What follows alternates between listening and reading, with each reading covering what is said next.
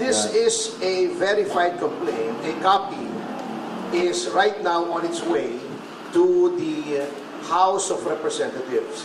This is an ethics complaint against Congressman Danilo Ramon S. Fernandez, more popularly known as Dan Fernandez or Attorney Google. Anyway, this is for certain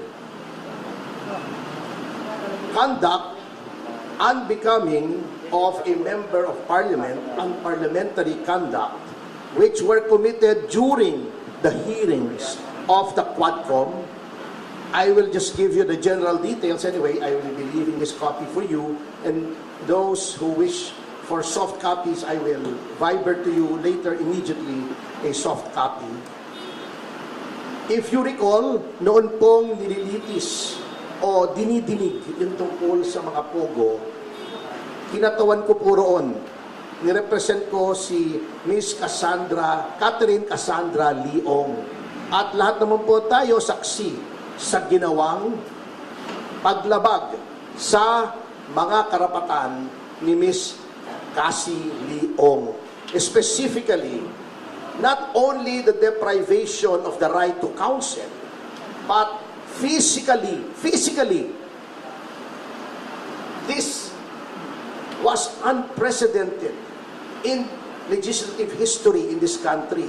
Nahaharangin mo yung abogado at hindi mo palalapitin sa kanyang kliyente during a legislative hearing.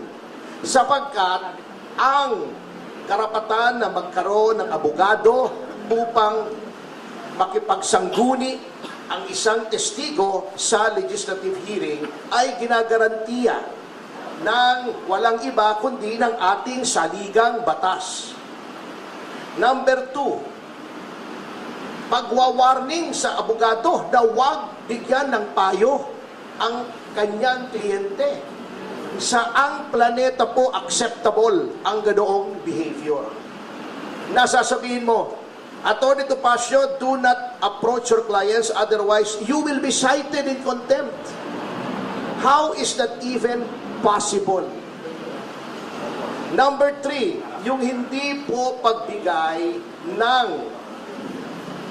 right to remain silent and the right against self-incrimination sa isang testigo. At si Congressman Fernandez, bagamat hindi abogado, hindi ko naman sinasabing kapag hindi ka abogado ay hindi mo